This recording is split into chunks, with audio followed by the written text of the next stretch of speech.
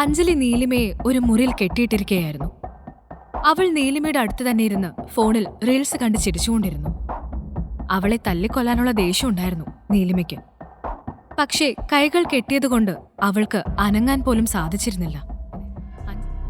എന്താ ചേച്ചി സൈലന്റ് ആയത്? അല്ല അത് പോട്ടെ, നീ എന്തിനാ ഈ കിടന്ന് ചാടുന്നത്? നിനക്ക് എന്ത് സംഭവിച്ചാലും സിദ്ധാർത്ഥ സാർ നിന്നെ രക്ഷിക്കാൻ വരാറുള്ളതല്ലേ. എന്തേ ഇനി വരില്ലെന്ന് പേടി തോന്നുന്നുണ്ടോ? നീലിമ അതിനു മറുപടി പറഞ്ഞില്ല. സിദ്ധാർത്ഥ് എന്തിന് തന്നെ രക്ഷിക്കണം? അല്ലെങ്കിൽ തന്നെ തലേ ദിവസം അയാളുമായി ഉണ്ടായ ഇൻസിഡന്റ് കാരണം അയാൾ തന്നെ കൊല്ലാനുള്ള ദേഷ്യത്തിലായിരിക്കും. അപ്പോഴാണ് രക്ഷിക്കാൻ വരുന്നത്. നീലിമ തന്റെ നിസ്സഹായാവസ്ഥ ഓർത്തു. പക്ഷേ അത് അഞ്ജലി അറിഞ്ഞാൽ അവൾ തന്നെ കൂടുതൽ തളർത്താനേ ശ്രമിക്കൂ. ഈ അവസ്ഥയിൽ നിന്ന് രക്ഷപ്പെടുകയാണ് ആദ്യം വേണ്ടത്. അതുകൊണ്ട് നീലിമ പഴയ നാടകം തുടരാൻ തന്നെ ശ്രമിച്ചു. നോക്കഞ്ജലി, സിദ്ധുവേട്ടൻ ഈ കാര്യം അറിഞ്ഞ നീയും നിന്റെ ആൾക്കാരും ഇതുപോലെ ഇരിക്കുമെന്ന് തോന്നുന്നുണ്ടോ? അദ്ദേഹം ഒരുപാട് തിരക്കുള്ള ആളാണ്. അതുകൊണ്ട് കുഞ്ഞിനെ കാണാതായത് അറിഞ്ഞു കാണില്ല. അല്ലെങ്കിൽ ഇപ്പൊ നീയൊന്നും ജീവനോട് ഉണ്ടാവില്ലായിരുന്നു. അതുകൊണ്ടാ ഞാൻ പറയുന്നത്, എന്നെ വിട്ടേക്ക്, കൂടുതൽ പ്രശ്നം വിളിച്ചു വരുത്തണ്ട. നീലിമ പറഞ്ഞത് കേട്ട് അഞ്ജലി ശരിക്കും വിരണ്ടുപോയി. സത്യത്തിൽ സിദ്ധാർത്ഥ നീലിമയുടെ ആരുമല്ല എന്ന് തെളിയിക്കണമെന്ന് വിചാരിച്ചാണ് അഞ്ജലി ഓരോന്ന് പറഞ്ഞത്. പക്ഷേ നീലിമ പറയുന്നത് കേട്ടപ്പോൾ സിദ്ധാർത്ഥ നീലിമയെ ശരിക്കും വിവാഹം കഴിച്ചു കാണുമോ എന്ന് അഞ്ജലിക്ക് തോന്നി. എന്തായാലും നിന്റെ സിദ്ധാർത്ഥ സാറ് തിരക്ക് കഴിയുമ്പോ ഇതൊക്കെ അറിയും. അപ്പോ അയാളിങ്ങോട്ട് വന്നോളും. അതുവരെ നീ ഇവിടെ തന്നെ ഇരിക്കെ. ഇത് കേട്ട് നീലിമ ആകെ വല്ലാതെയായി. അവൾ വെറുതെ പറഞ്ഞു, സിദ്ധു വരും, നീ കണ്ടോ. സിദ്ധാർത്ഥിന് അവളെ അന്വേഷിക്കേണ്ട കാര്യമില്ല എന്നവൾക്കറിയാം. ഇന്നലെ അശ്വിനെ കാണാനില്ലെന്നറിഞ്ഞപ്പോൾ പോലും അയാൾ സഹായിക്കാൻ ശ്രമിച്ചില്ല. അഞ്ജലി സിദ്ധാർത്ഥിന്റെ പേര് കേട്ടാൽ ഭയന്ന് തന്നെ പോവാൻ അനുവദിക്കുമെന്ന് പ്രതീക്ഷിച്ചാണ് അവൾ സിദ്ധാർത്ഥ് വരുമെന്ന് പറഞ്ഞത്. പക്ഷേ അഞ്ജലിക്ക് യാതൊരു കൂസലുമില്ലെന്ന് കണ്ടപ്പോൾ നീലിമ അസ്വസ്ഥയായി. മുറിയിൽ നിന്ന് പുറത്തു കടക്കാൻ കഴിയാതെ നീലിമ വല്ലാതെ വീർപ്പുമുട്ടി. അഞ്ജലിയും ആളുകളും മുറിയിൽ തന്നെ ഇരിക്കുന്നത് കാരണം അവൾക്ക് ഒന്ന് കുതറാൻ പോലും സാധിച്ചില്ല. അപ്പോഴാണ് അച്ഛൻ വാസുദേവൻ അവിടേക്ക് കയറി വരുന്നത്. അയാളെ കണ്ടപ്പോൾ നീലിമ മുഖം തിരിച്ചു കളഞ്ഞു. അയാളെ അച്ഛനായി കാണാൻ വരെ അവൾക്കിനി സാധിക്കില്ലായിരുന്നു. അത്രത്തോളം അയാൾ മകളെ ദ്രോഹിച്ചു കഴിഞ്ഞു. ഇപ്പോൾ അവളുടെ ഏക ആശ്രയമായ കുഞ്ഞിനെയും അവളിൽ നിന്ന് അകറ്റിയിരിക്കുന്നു. വാസുദേവൻ നീലിമയെ ശ്രദ്ധിക്കാതെ അഞ്ജലിയുടെ അടുത്തേക്ക് നടന്നു. അഞ്ജലി അച്ഛനെ കണ്ട് എഴുന്നേറ്റ് നിന്നു. എന്തായി മോളെ, അതിനെ കിട്ടിയോ? ഇല്ല അച്ഛാ, ആ ചെക്കൻ പഠിച്ച കള്ളനാണ്. എവിടെയെങ്കിലും കയറി ഒളിച്ചിരിപ്പുണ്ടാവും, അഞ്ജലി പറഞ്ഞു. അഞ്ജലി, ഇപ്പോഴും നിനക്ക് ഞാൻ തന്ന ഔദാര്യമാണ് നിന്റെ ജീവിതം, അത് മറക്കരുത്. നീലിമ പറഞ്ഞത് കേട്ട് അഞ്ജലി ഒന്ന് പകച്ചുപോയി. അവൾ എന്തെങ്കിലും പറഞ്ഞാൽ കാര്യങ്ങളെല്ലാം അച്ഛനറിയും. അപ്പോഴേക്കും അവിടേക്ക് സത്യഭാമ കയറി വന്നു. നീലിമയെ കെട്ടിയിട്ടിരിക്കുന്നത് കണ്ടപ്പോൾ അവർക്ക് ഉള്ളിൽ സന്തോഷം തോന്നി. അവൾ പറഞ്ഞു, അതെ, എനിക്കൊരു കാര്യം സംസാരിക്കാനുണ്ട്, ഒന്ന് വന്നേ. സംസാരം നീലിമ കേൾക്കാതെ ഇരിക്കാനാണ് അവർ വാസുദേവനെ പുറത്തേക്ക് വിളിച്ചത്. സത്യഭാമയ്ക്ക് പിന്നാലെ അഞ്ജലിയും വാസുദേവനും മുറിയിൽ നിന്നിറങ്ങി. അല്പം മാറി നിന്ന് അവർ സംസാരിക്കാൻ തുടങ്ങി. ദൂരെ ആയിരുന്നതുകൊണ്ട് നീലിമയ്ക്ക് അവരുടെ സംസാരം കേൾക്കാൻ കഴിഞ്ഞില്ല.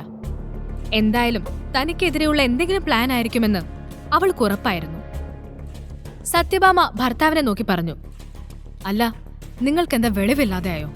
ആ സിദ്ധാർത്ഥ വിശ്വ ഇവളെപ്പോലെ ഒരുത്തിയെ വിവാഹം ചെയ്യുമെന്ന് ആരെങ്കിലും വിശ്വസിക്കുവോ? പെണ്ണ് എവിടെയോ തെണ്ടിത്തിരിഞ്ഞ് നടന്ന് തിരിച്ചു വന്നതാന്ന് എനിക്ക് തോന്നുന്നത്. അത് വല്ല തെരുവ് തെണ്ടിക്കും ജനിച്ച കൊച്ചായിരിക്കും. അല്ലാതെ സിദ്ധാർത്ഥ അത്ര മണ്ടനാണെന്ന് എനിക്ക് തോന്നുന്നില്ല. അപ്പോ അവൻ മകനാണെന്ന് സിദ്ധാർത്ഥ പറഞ്ഞതോ? വാസുദേവന്റെ ചോദ്യം കേട്ട് ഇനി ഒരു പക്ഷേ അത് അവന്റെ കുഞ്ഞു തന്നെ ആയിരിക്കുമോ എന്ന് അഞ്ജലിക്കും സത്യഭാമയ്ക്കും സംശയം തോന്നി. അത് വെറുതെ പറഞ്ഞതാവൂ അച്ഛാ, അഞ്ജലി പറഞ്ഞു. അത് കേട്ട് വാസുദേവന്റെ മുഖത്ത് വിഷാദം നിഴലിച്ചു. അത് അശ്വിനെയും നീലിമയും ഓർത്തായിരുന്നില്ല. മകനെ വെച്ച് വിലപേശിയാൽ സിദ്ധാർത്ഥിന്റെ കമ്പനിയുമായി സഖ്യമുണ്ടാക്കാമെന്നും അതുവഴി ബിസിനസ് രംഗത്ത് ഏറെ നേട്ടങ്ങൾ ഉണ്ടാക്കാമെന്നുള്ള തന്റെ പദ്ധതികൾ ഇനി നടക്കില്ലല്ലോ എന്നോർത്താണ് വാസുദേവൻ വിഷമിച്ചത്. അതെ അച്ഛാ, എനിക്കും അങ്ങനെ തന്നെ ഇപ്പൊ തോന്നുന്നു, അഞ്ജലി പറഞ്ഞു. വാസുദേവൻ സംസാരിച്ചില്ല. അയാൾ എങ്ങനെയെങ്കിലും സിദ്ധാർത്ഥിന്റെ ബിസിനസ്സിൽ പങ്കാളി ആവണമെന്ന ചിന്തയിലായിരുന്നു. മനുഷ്യ, നിങ്ങളൊരു കാര്യം ചെയ്യ്. നേരത്തെ പ്ലാൻ ചെയ്ത പോലെ സുധാകരനുമായി ഇവരുടെ കല്യാണം നടത്താൻ നോക്ക്.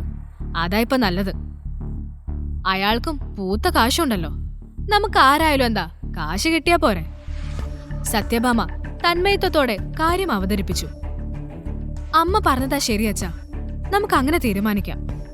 നീലിമയെ ആ കിളവനെ കൊണ്ട് കെട്ടിക്കാൻ അഞ്ജലിക്കായിരുന്നു കൂടുതൽ തിടുക്കം. അങ്ങനെയാണെങ്കിൽ സിദ്ധാർത്ഥ് എന്ന സുന്ദരനായ ബിസിനസ്സുകാരനെ നീലിമയുടെ ജീവിതത്തിൽ നിന്നും എന്നേക്കുമായി ഒഴിവാക്കാമെന്ന് അവൾ ചിന്തിച്ചു.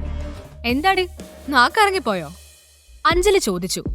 നീലിമ ദേഷ്യത്തോടെ പറഞ്ഞു, വേണ്ട അഞ്ജലി, നിന്റെ ഉദ്ദേശം നടക്കാൻ പോകുന്നില്ല. നീ എന്നെ പ്രകോപിപ്പിച്ചാലും ഞാൻ ദേഷ്യപ്പെടില്ല. കാരണം എന്റെ കുഞ്ഞു മാത്രമേ ഇപ്പൊ എന്റെ മനസ്സിലുള്ളൂ. ഓ, എന്നാ ഇനി അവനെ നോക്കണ്ട. ഇപ്പൊ തന്നെ വല്ലവനും തട്ടിക്കൊണ്ടുപോയി കണ്ണു ചുഴന്ന് ഭിക്ഷയ്ക്കിരുത്തി കാണും. അഞ്ജലി, എന്റെ കുഞ്ഞിനെന്തെങ്കിലും സംഭവിച്ചാ സത്യമായിട്ട് ഞാൻ നിന്നെ വെറുതെ വിടില്ല. നീ എന്നോട് കാണിച്ച സകല ചതികളും ഞാൻ ക്ഷമിച്ചതാ. പക്ഷേ ഒന്നും അറിയാത്ത എന്റെ അച്ഛനെ ദ്രോഹിച്ച ക്ഷമിക്കില്ല ഞാൻ. ഛീ, നാവടക്കടി, വാസുദേവൻ ഉച്ചത്തിൽ പറഞ്ഞു. അച്ഛാ, നിങ്ങൾക്ക് എന്നോടല്ലേ വിരോധം? എന്റെ മോൻ ഒരു തെറ്റും ചെയ്തിട്ടില്ല. എനിക്ക് എന്റെ മോനൊന്ന് കാണിച്ചു തന്നാ മതി. ഞങ്ങൾ എങ്ങോട്ടെങ്കിലും പൊക്കോളാം. നീലിമ ദയനീയമായി കരഞ്ഞു പറഞ്ഞത് കേട്ടിട്ടും വാസുദേവന്റെ മനസ്സലിഞ്ഞില്ല. അയാൾ കൂടുതൽ വാശിയോടെ അവളെ നോക്കി പറഞ്ഞു, അങ്ങനെങ്ങ് പോയാൽ എങ്ങനെയാ നീ? ഒന്നുമില്ലേലും നിന്നെ ഇത്രയൊക്കെ വളർത്തിയതല്ലേ ഞാൻ. അപ്പോ അതിന്റെ കാശ് കിട്ടണം. മുതലും പലിശയും മുഴുവൻ മുതലാക്കിയിട്ടേ ഞാൻ വിടൂ. ഒന്നുകിൽ സിദ്ധാർത്ഥിനോട് പറഞ്ഞ് ഞാൻ പറഞ്ഞ പാർട്ട്ണർഷിപ്പിന്റെ കാര്യം ശരിയാക്കി എടുക്ക്. അല്ലേൽ. വാസുദേവൻ ഒന്ന് നിർത്തി.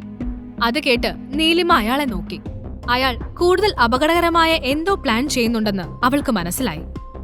നീലിമ മിണ്ടാതിരിക്കുന്നത് കണ്ട് വാസുദേവൻ തുടർന്നു. സിദ്ധാർത്ഥിന്റെ കാര്യം നിനക്ക് ശരിയാക്കാൻ പറ്റില്ലെങ്കിലും സാരമില്ല. വേറൊരു വഴി കൂടിയുണ്ട്. നീ സുധാകരന് കല്യാണം കഴിക്കണം. അയാള് നല്ലവനാ ചേച്ചി. ഇഷ്ടം പോലെ കാശുണ്ട് കയ്യില്. ചേച്ചിയെ പൊന്നു പോലെ നോക്കിക്കോളും. അഞ്ജലി പരിഹസിക്കുന്നത് പോലെ പറഞ്ഞു. അഞ്ജലി, നിന്നോട് ഞാൻ പലതവണ പറഞ്ഞു കഴിഞ്ഞു, എനിക്ക് അയാളെ കെട്ടാൻ പറ്റില്ലെന്ന്.